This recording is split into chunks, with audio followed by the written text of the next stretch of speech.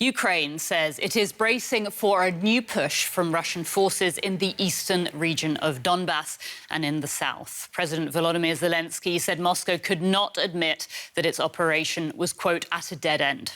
Now, his comments come as Russian forces started withdrawing from the second largest city of Kharkiv following a Ukrainian counteroffensive. But while the threat may be receding from Kharkiv, for civilians still left in the city, conditions are dire. For the thousands of people still sheltering in Kharkiv's metro system, the war is far from over. After weeks of shelling that's left much of the city in ruins, some are scared to leave the safety of the underground. We're very afraid to go home. There are so many explosions, so many bombs. We're very afraid. It's a lot of pressure. Others say that the worst seems to be behind them. At the beginning, it was extremely hard because there were a lot of people here and a lot of destruction. We all felt defeated. Now we haven't heard bombs for the last 3 to 4 days. That's likely to be down to the Ukrainian counteroffensive that's seen soldiers retake nearby villages like this one, north of Kharkiv. With Ukraine claiming on Sunday that some of its troops had even reached the border with Russia and set up a new border post.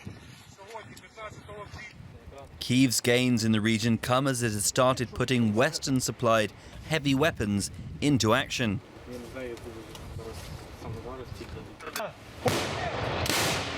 Ukraine's army says this is one of several recently arrived US howitzers it's already using on the front line in the east.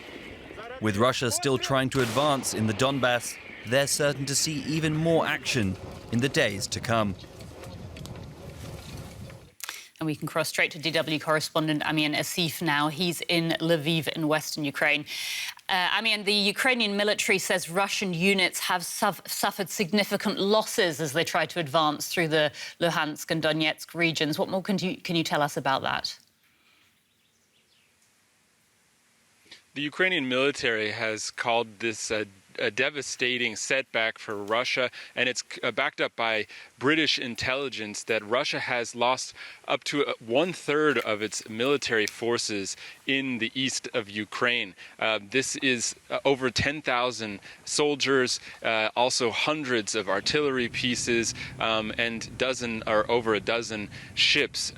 Now, what we are seeing on the ground, as we've heard, is that Kharkiv has essentially been liberated from attacks by Russia. It never fell to Russian forces, but it was under attack. And you can't underestimate how much this means for Ukrainians. Kharkiv is the second largest city in Ukraine. It was one of 3 major cities, including Kiev, the capital, and Mariupol in the south, that came under instant attack by Russians after the invasion. And now Kiev, as well as Kharkiv, have been liberated from attacks by Russians. But Kharkiv, remember, is not exactly in the Donbas. It's bordering the region, and in the Donbas, Russia has secured a lot of areas. It's bombarding 23 cities, 23 towns and cities right now. And U.S. intelligence kind of contradicts what we're hearing from British intelligence and Ukrainians, and what they're saying is that it's become a stalemate in the Donbas and that we're likely to see prolonged conflict there.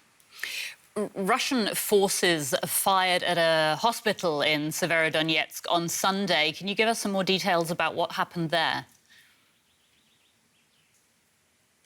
Ukraine said that 9 civilians were wounded in that attack on a hospital. Severodonetsk is within range of Russian artillery, so it really puts a strain on the city. Russia has almost completely surrounded. There have been some gains by Ukrainians, including the bombing of a temporary bridge over a river outside of that city, which was a major setback for Russia, and they lost a lot of troops. But Russia is really focusing on Severodonetsk. That's because it's the easternmost city still under the control of Ukrainian troops. And if Russia was able to claim that city, it would have de facto control of all of the Donbas, which is a region which Russia has used to justify its invasion of Ukraine, saying that it wanted to liberate the east and protect the Russian-speaking population there from attacks by Ukrainians. DW's Amin Asif in Lviv, thanks so much. Now, at a meeting of NATO foreign ministers in Berlin, Secretary-General Jens Stoltenberg delivered an upbeat assessment of Ukraine's battle against invading Russian forces. Here's some of what he had to say. Ukraine can win this war. Ukrainians are bravely defending their homeland. Russia's war in Ukraine is not going as Moscow had planned. They failed to take Kiev. They are pulling back from around Kharkiv. Their major offensive in Donbas has stalled. Russia is not achieving its strategic objectives. Frank Ledwidge is our regular military analyst, and he joins me now from Oxford in the UK. Welcome, Frank. We just heard there NATO Secretary-General saying Russia's war is not going to plan and that Ukraine could win this conflict. Would you agree with him? Anya, to put it mildly, the war isn't going to plan. As to whether Ukraine can win, that is contingent on whether the West continues to supply Ukraine at the same or an increased rate. The Americans are right, in fact, so the British, they're not necessarily inconsistent.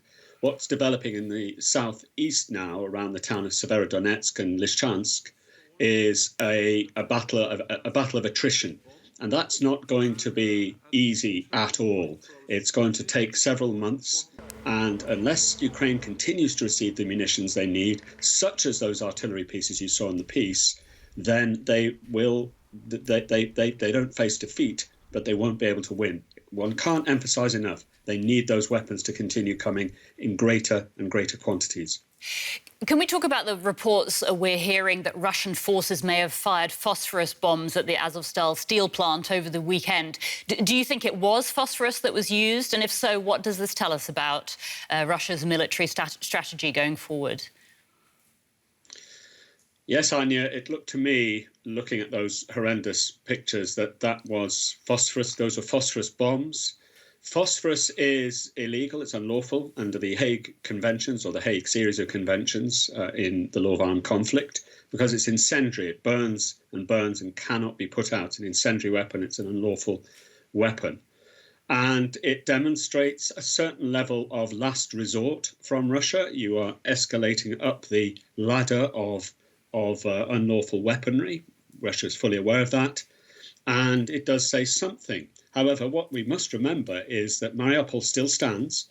It's likely to remain in Ukrainian hands for quite some time. This is a heroic and historic military defensive action on the part of the defenders.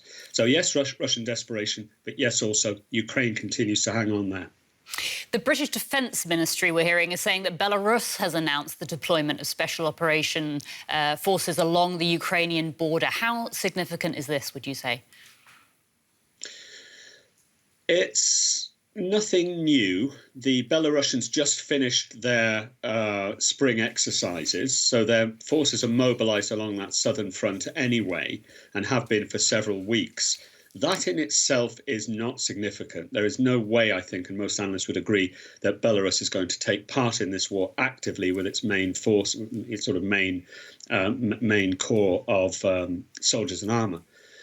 What they're doing, however, is fixing Ukrainian forces in place, and particularly with mentions, as you said before, their special forces. That's going to require countermeasures on the part of Ukrainians, and that means that those forces will not be reinforcing Donbas. So what they're doing is holding Ukrainian defences in place up there. There's no way, really, that Belarus politically can get involved actively.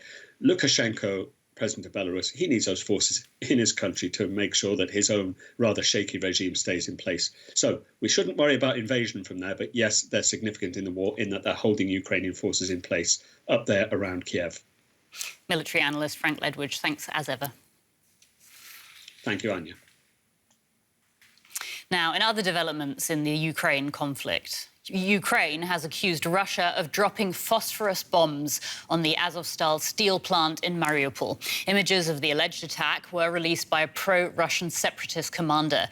The Ukrainian President Volodymyr Zelenskyy says negotiations on saving Ukrainian troops defending the Azovstal plant are at a complicated and delicate phase. Ukrainian sources say some 1,000 people are holding out at the site more than 80 days after the invasion started. They're refusing to surrender to Russian forces.